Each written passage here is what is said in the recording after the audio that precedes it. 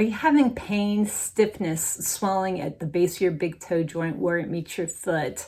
Well, you could have what's called hallux limitus, and that is a common progressive arthritic condition that affects the big toe joint where it meets your foot, and you slowly lose range of motion of the big toe joint over time, and it starts to wreak havoc on your foot and your life.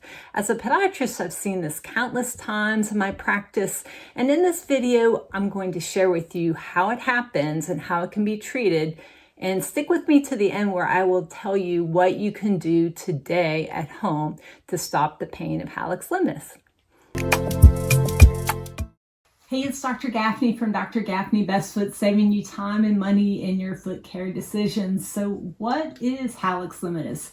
Hallux limitus is a progressive condition where the big toe joint, where the big toe meets the foot, loses flexibility and range of motion over time. At first, it might feel only like a mild stiffness, but over time, movement becomes more restricted. Hallux limitus almost always involves a degree of arthritis, and there are 4 progressive stages that your podiatrist will diagnose based on your x-rays. So these are stages that represent progressive worsening of the arthritis. The x-rays will show a progressive reduction of the joint space, an increase in bone spurs with the different stages, and with each successive stage, the symptoms unfortunately worsen.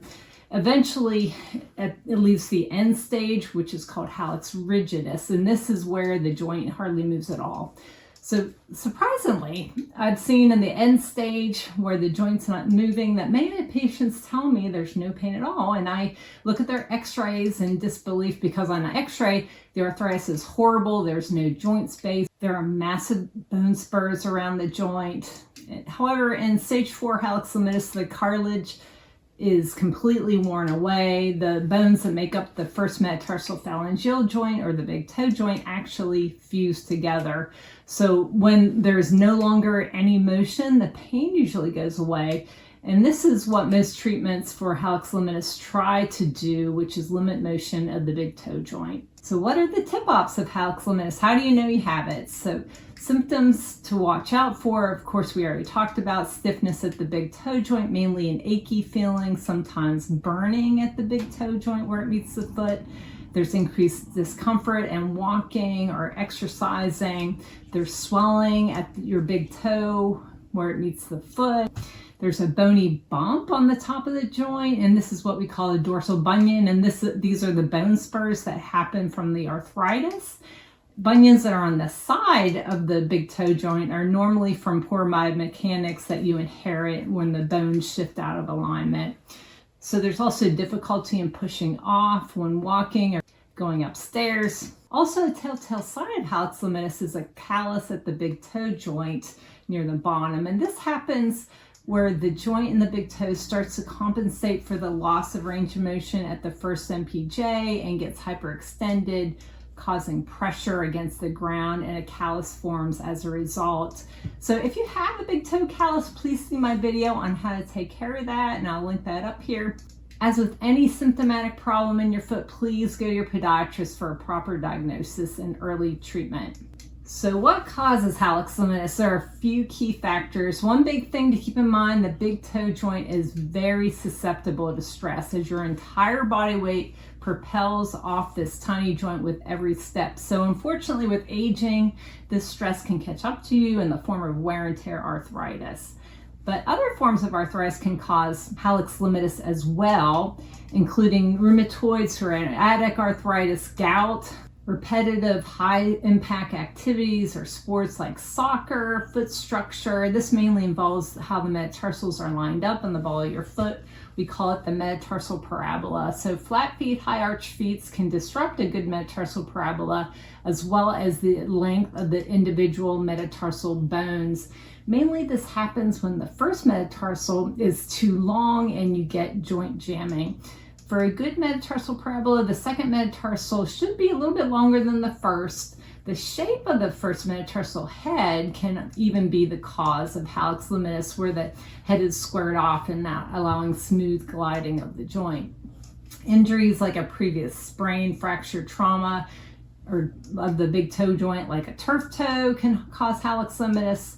Even surgery around the big toe, like bunion surgery, can also set off arthritis or hallux limitus. So now for the most important part, how is this treated? How do you resolve the pain of hallux limitus?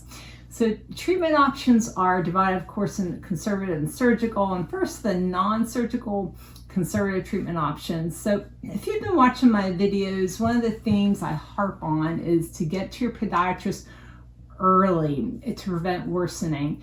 This is the same with hallux limitus as well. Get to your podiatrist early on so you can slow the progression and manage the problems more easily. So the first treatment, of course, is proper footwear. Wear supported shoes with a stiff sole or a rocker bottom sole, and this will reduce motion and pain. The shoe will aid in the push off and take up that motion, and that will alleviate the stress at the big toe joint. Avoid high heels. That puts pressure on the big toe in an extreme dorsiflex position where the big toe is upward, and avoid flexible shoes. Orthotics or arch supports like a carbon fiber plate can be useful. They splint the big toe and decrease the motion that causes pain.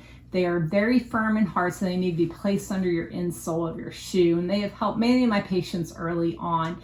Custom or over-the-counter orthotics can help redistribute pressure and improve foot mechanics, allowing for the foot to operate in a more what we call neutral position, and that optimizes function.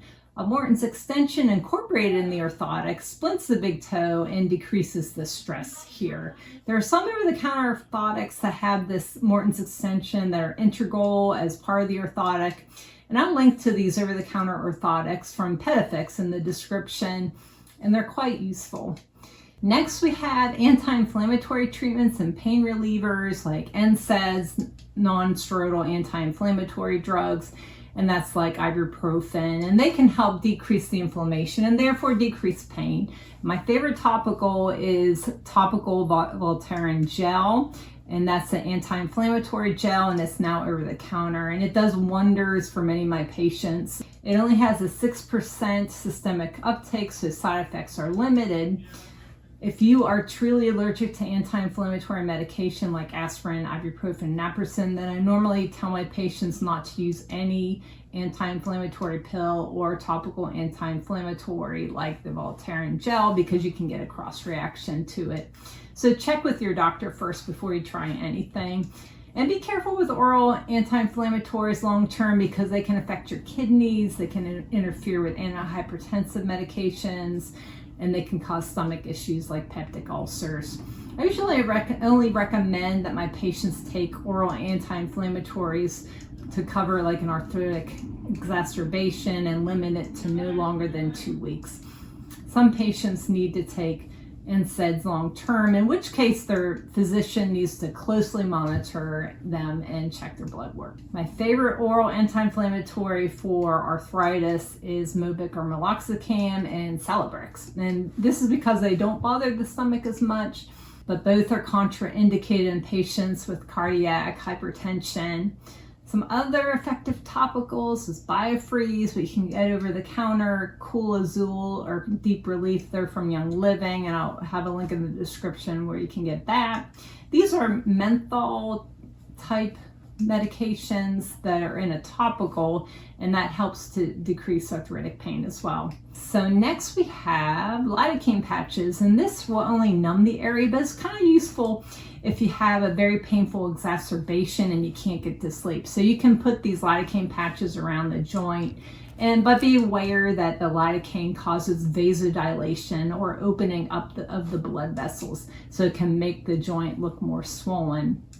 So you can do exercises, so gentle range of motion exercises may maintain flexibility as long as your joint is not hurting when you do it. This will stimulate the synovial fluid to be produced and keeps the cartilage healthy. You can strengthen your foot muscles, and that'll give your foot some better support. Some injections you can use for pain relief, of course, include cortisone. Now, cortisone can be like a miracle, and it's amazing at pain relief, but it's temporary. It's not a long-term strategy. Even though I'd have patients putting off more advanced treatments like surgery, and they come in asking for a cortisone shot once a year, it's not a good long-term strategy. You're problem needs to be addressed fully. So the problem with cortisone is that it weakens the soft tissue and damages the cartilage if you use it in the same area over and over again. You can even inject hyaluronic acid, and that can provide temporary relief. And so the hyaluronic acid, it functions as a lubricant and a shock absorber for weight-bearing joints. And studies have shown that hyaluronic acid can play a role in multiplying healthy cartilage cells. So there are some emerging, promising biological regenerative treatments. So that includes platelet-rich plasma, bone marrow aspirate, umbilical grafts, and they show pain relief and possible regeneration, but more studies are needed, and a lot of insurance companies don't cover this. Lastly, and most importantly, is to stop putting the fuel in the fire. So what do I mean by that? Stop doing things that increase inflammation in your body, like eating a standard American diet. Start eating an anti-inflammatory diet. So this usually includes eliminating processed foods, seed oils, high carbohydrate load foods, and restrict your sugar. So try to eat a whole food diet with clean protein, high fiber from fruits and vegetables, limit grains, carbohydrates, restrict sugar. This has been shown to decrease your body's inflammation when you have an anti-inflammatory type diet. An inflammatory diet will accelerate inflammation and inflammatory conditions like arthritis. So again, this is exceedingly difficult to change one's lifestyle and diet. So the best thing to do is try to find a health coach. Look at the Institute of Functional Medicine website for a functional medicine doctor and health coach. Functional medicine providers are the best at helping you achieve an anti-inflammatory diet and lifestyle. Maximize all the other pillars of health to reduce inflammation, like sleep optimization, stress management, healthy exercise that doesn't overly stress your joints. Certain supplements can also help decrease overall inflammation associated with arthritis, and that includes fish oil and turmeric. I started taking fish oil 1.5 grams daily. The aching in my knees stopped from my decades of playing volleyball. So fish oil contains omega-3 fatty acids, and that rebalances or modulates your body toward an anti-inflammatory state. And so when is surgery needed? So I hate to tell you, but many patients, once they come to a podiatrist for care for their hallux limitus, they will eventually require surgery at some point. And this is because, unfortunately, at this point, we do not have any cure for arthritis, and it's a progressive condition. So once conservative treatment is exhausted and pain is affecting your daily life, no matter what treatment you've tried, and the treatment is not giving you the desired amount of extended relief, then surgery is usually the next step. As with any surgery, risk benefits need to be weighed and consult with your surgeon. Foot surgery is difficult and can be risky for certain individuals with other health problems like diabetes, kidney problems, cardiovascular problems. It also carries risks for people without medical problems as well. So only after you exhaust conservative treatment and you've consulted with your doctor and you completely understand the risks of foot surgery, then the following procedures for hallux limitus could be considered. So the first one is for mild hallux limitus, or stage 1 would be a chylectomy. So this involves just cleaning out the joint, cleaning off all the bone spurs. It removes any loose bodies in the joint, and removes the bone spurs to improve the joint movement. And it's best for the early hallux limitus. This can be done mainly for bump pain of the spur, but it's usually not done for joint pain.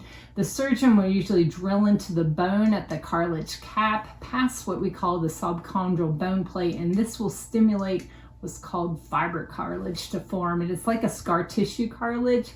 So it might fill in some of the erosion of the hyaline cartilage to help with joint function. The arthritis, unfortunately, will remain after the chylectomy surgery, but pain should reduce. So the next one is a cartilage replacement. In some cases, you can transplant good cartilage from one part of your body to the big toe joint to reduce pain. So this is called the Oates procedure, where they take cartilage from your knee joint, the femoral condyle, and transplant it into your big toe joint. So scientific evidence behind this type of procedure, there's limited studies in hallux limitus showing effectiveness, unfortunately. Case reports suggest pain relief and functional improvement, but long-term data is lacking in that cartilage replacement type procedure. There's also like a synthetic cartilage implant, it's called Cartiva, but they had to recall it due to high failure rate. It was recalled in October of 2024. Surgeries such as decompression osteotomies can be done to increase the range of motion as well. So these are bone cuts either in the big toe joint bone or the first metatarsal bone to allow for shortening of the first metatarsal in order to allow for more room for the big toe joint to move. These surgeries, again, do not cure the arthritis. The surgery will only have a temporary effect of a few years. So the patient would end up needing another surgery at some point, like a joint fusion in those cases. So if you don't want two surgeries, don't do the joint decompression surgery. The next one is a joint replacement or an arthroplasty. So this is a metal joint replacement, and they usually put it on one side of the joint that's more damaged than the other. And this will allow for pain-free range of motion. So of course the benefit is you preserve your motion at the joint. There's mixed success rates depending on the implant type and patient selection and surgeon experience. Studies show an overall satisfaction rate of 70 to 90% of patients reporting pain relief and improved function after their joint replacement. The downside is it doesn't last long. It only lasts about 10 to 15 years, and then you have to move on to a joint fusion, unfortunately. Revisional surgery also can be needed with this type of procedure. So some clinical evidence in a systematic review in Foot and Ankle International 2022 found high early success rates, but long-term implant survival varied. Some implants failed within 5 to 10 years, leading to joint fusion. So they found the best results in low impact individuals with mild to moderate arthritis. It's less effective for high demand athletes or cases of severe arthritis. Okay, so lastly, there is joint fusion or arthrodesis of the first metatarsal phalangeal joint. This is used for severe arthritis. The joint is fused to eliminate pain, but the motion is lost.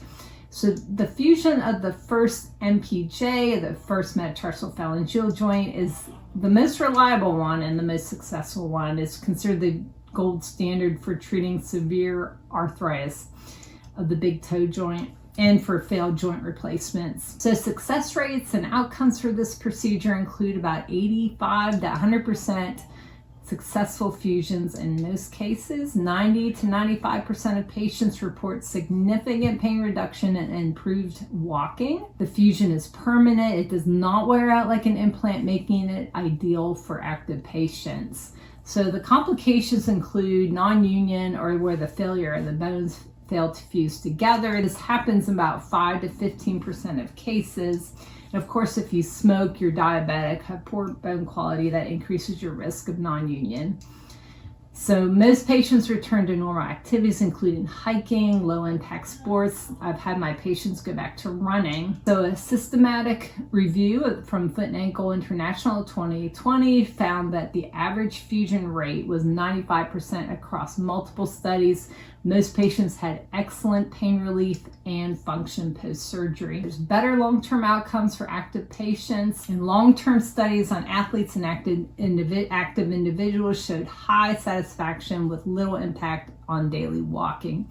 Most people adapt well to not bending the big toe at push-off. The thing about fusing the big toe is that you're losing motion, so there's usually compensation elsewhere. There's altered mechanics of the foot after the first MPJ fusion. It mainly affects the ball of the foot and the joint in the big toe that's more out towards the end. But in my practice, this has been relatively minor and rare that there's been issues in compensation after a fusion. Most patients do very well long term. Most of the problems that occur with the big toe joint fusion is that it's not fused in the optimal position and the big toe sitting too high, so it rubs in the shoe. So your toe after fusion is going to feel stiff, but there will be no pain. So this will help your foot mechanics because you won't be limping anymore. I've fused younger patients and they were able to run afterwards. In fact, most people run better after their fusion because their foot doesn't hurt. And lastly, after fusion, heels for ladies might be a problem with the fused first MPJ. You can generally wear a heel up to 1 inch. Sometimes you can squeak out a 2-inch heel. So what can you do today to relieve pain from your hallux limitus? Number 1, get a stiff rocker-soled sneaker to take up the motion of push-off.